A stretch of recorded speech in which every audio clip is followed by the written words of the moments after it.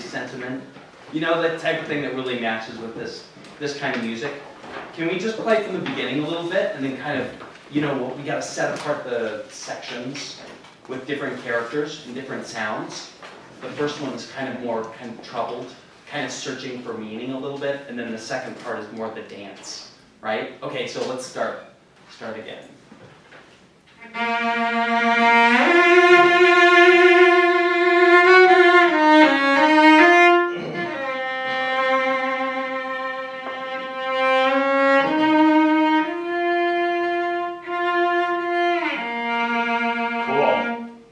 Just a couple things that you can add. I'm not going to change anything because I think it sounds really, really good. So one thing I always try and do when I play cello is I try and be really kind of floppy, pretty relaxed. And you know, none of you guys have any problems, I'm sure, with, I hope, with pain when you play. But a lot of us as string players, we deal with that on a daily basis. And if you ever ask any professional musicians if they don't have any pain when they play, I don't know. I think they're making up something in their head. Maybe. You know, denial. It's not just a river in Egypt. So, basically, I know it took a second. So, that's okay. Anyway, the key to string playing is that you start out really easy and floppy. And like it says in your part to breathe, that's such a great idea. You know? Because if you are able to breathe in the character of the music, it really helps with, you know, the relaxation and really being able to get into it. So before you start, we make sure that you're, take a nice deep breath in and out, and then start again, just to, and observe how that kind of affects your sound and everything.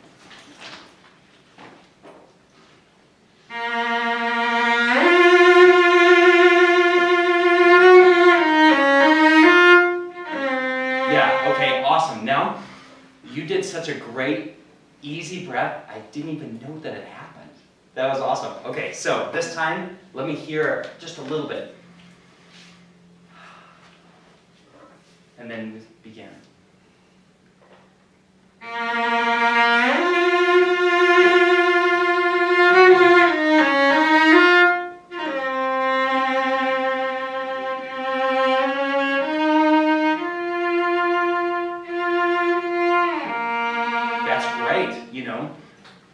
I don't know if this is why, if the breath made this difference, but the difference in sound was really big between the forte at the beginning and then the mezzo forte and the pianissimo.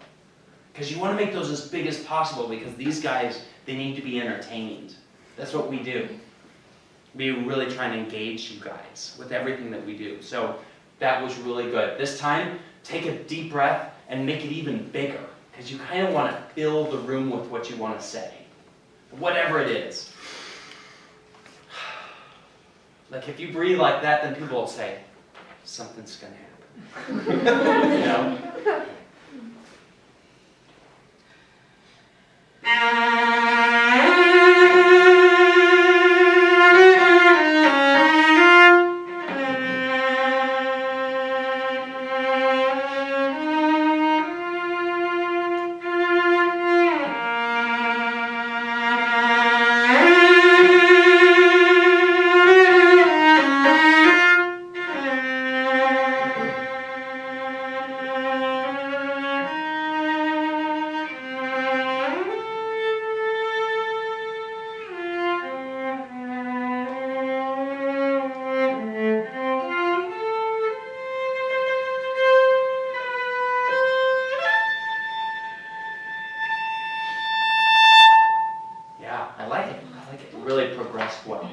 You know, one thing kind of led to the other. With that first, will you just hold that first note for me for a little while and just really get into the sound of the, you know, have the idea of what you want to portray. Yeah, and you want, this is kind of like, the opening is a lot like when the stage opens. You know, when the curtain pulls back and you see the character come out for the first time, whatever it is, it's, you know, this is such a Spanish piece, so whatever you want to bring up in your mind. Like for me, the character of this is like a matador. Somebody that's like way over the top with sparkly outfit, and someone that's super dramatic with what they do. I totally have a couple people, my friends in the orchestra. There are a couple people, you know. You always know somebody that's like way too dramatic. And you know, you can't spend too much time with them, but you love the time that you have. So this is kind of like the opening of this. This person is like thinking about what they want to do, maybe what they're looking for. They have a big event that day. So this is kind of like the perspective. Dum dee ah dum. Even though it's forte, it's still kind of like thinking about stuff. So it's not like this yet. Later that'll happen, but it's kind of searching. So save the dynamic a little bit. You know, start again.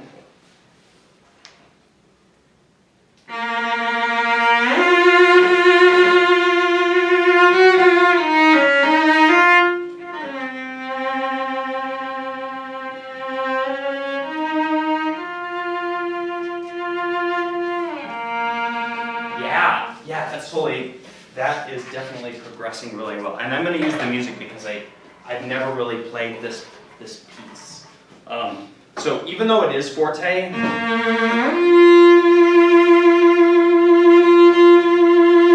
that actually isn't putting out a lot of sound, but it's got a lot of meaning.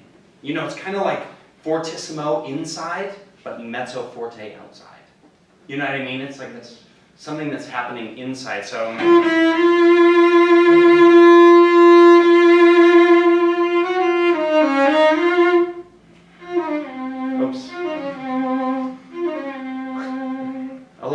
A lot of introspection. So a little less. Will you hold that top note for me?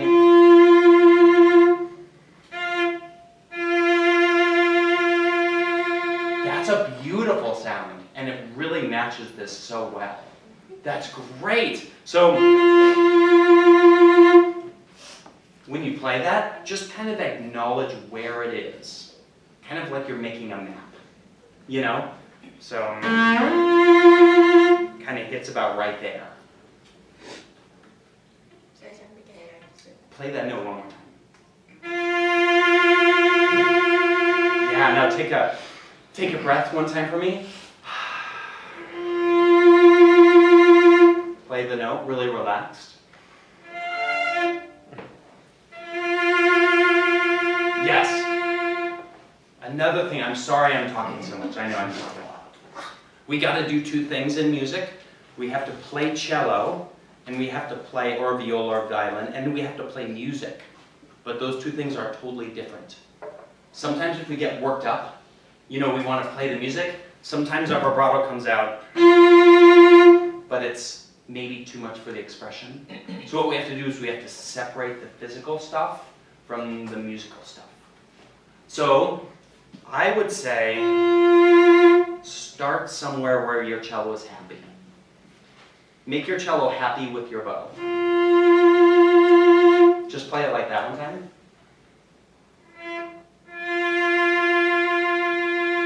Very nice. And maybe scoot back the tiniest bit from the bridge. Yeah, and then what you want to do is you want to speak with these fingers before you play. Even before you make a sound, you speak with your cello.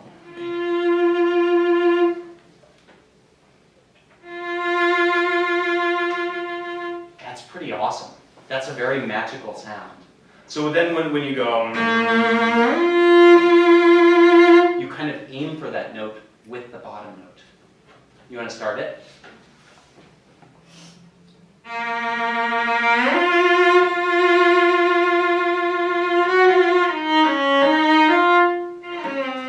love that. That's really great. And I would say, since you want to fill the room with your expression, I don't think it would be a problem to move a little bit.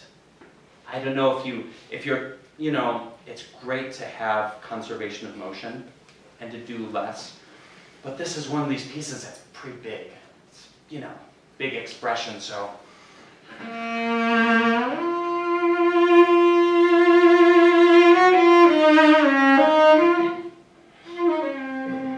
You know, make a big deal of that rest. Maybe move a little bit before you play, just to see what happens.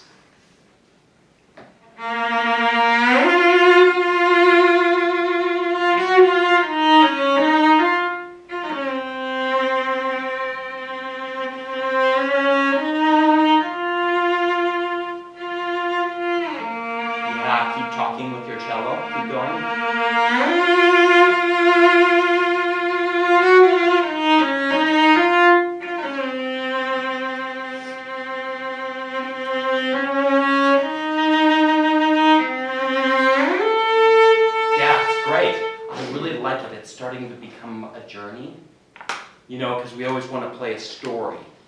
Tell a story when we play.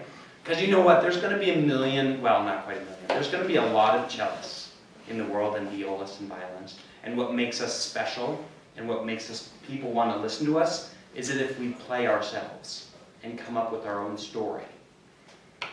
It takes actually work outside of an instrument. You know, like when you're walking around, when you're getting a coffee, when you wake up and the first thing in the morning, you kind of like plan out your day. You like plan out the story, the storyline. So this is the story. Somehow something in the way that you play and your sound has to tell that story. Will you just play that last one, this mezzo forte and then piano?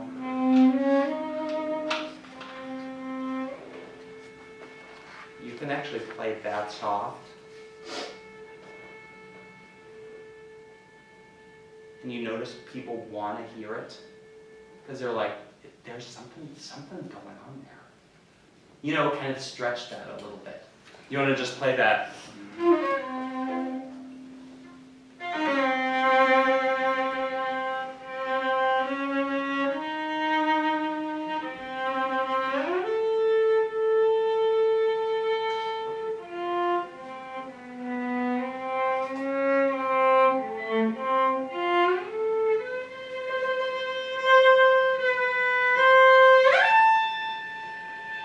That's great. I think it's amazing that you were able to do that too, because that's pretty challenging stuff to be able to keep that piano. Another thing you can do is you can move a little bit. It'll help. A lot of times we feel like if we want to play piano, we gotta like hold everything, but it actually helps to.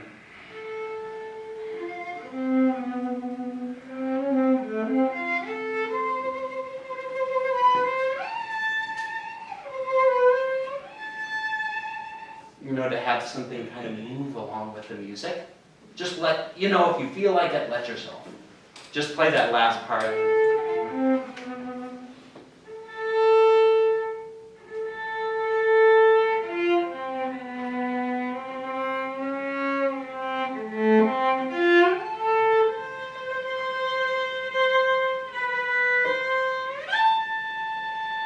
Yeah, awesome. And of course, the reason one would do one on the top note is that the orchestra, you have to give the note to the orchestra, so, or a piano, like that. And I think you can probably still play a piano, but if you do,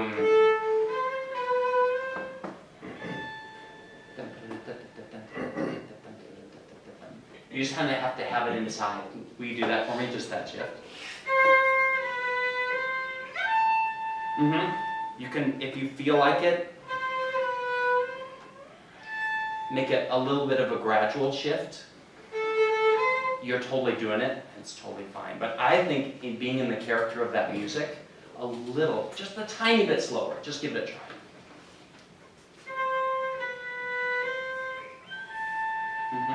Do it again for me. Time the shift with the bow.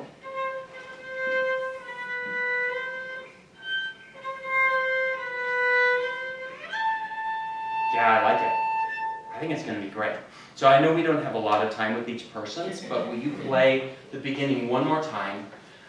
Big breath, and fill this room with an idea.